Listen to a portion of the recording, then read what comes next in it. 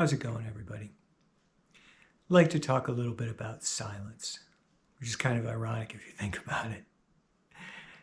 I have a pretty open day today. I have an appointment later on tonight, so I've got a lot of time, a lot of space to prepare for it. But I find myself called to just really be aware of that space and of the silence that fills so much of it.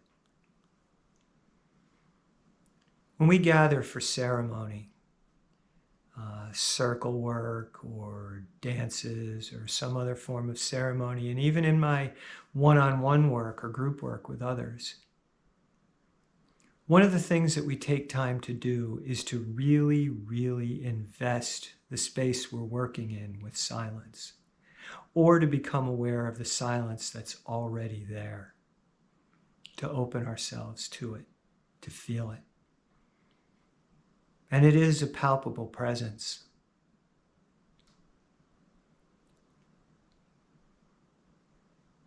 And silence can do two things, can serve two purposes. First of all, when you intentionally enter into space, into silence, and you sit with it, one of the things that begins to happen is that all those things that we keep buried down beneath the crushing weight, the purposely assumed crushing weight of all the noise and activity in our lives, without any of that there, those things begin to stir. And if we really sit with the silence, they can come up. Even the mind is going to turn against us. The monkey mind starts to chatter, to jam as much stuff, disconnected thoughts, whatever, between us and that silence. But eventually, if you can get beyond it, and you can really begin to work at it, slip into the silence, those things move. We can find ourselves experiencing old body memories, somatic releases, emotional memories.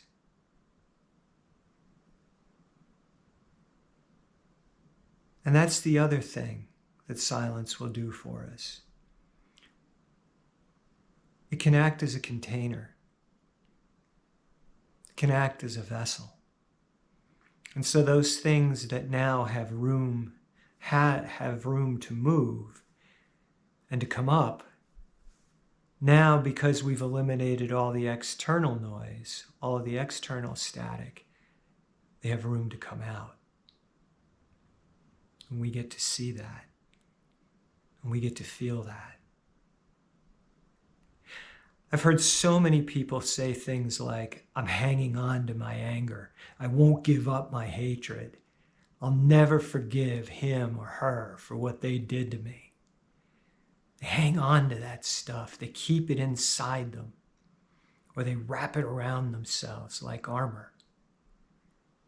Because in the end, if we open the doors of the prison that holds all of those things and we set them free so that they can be transformed and released, what's left?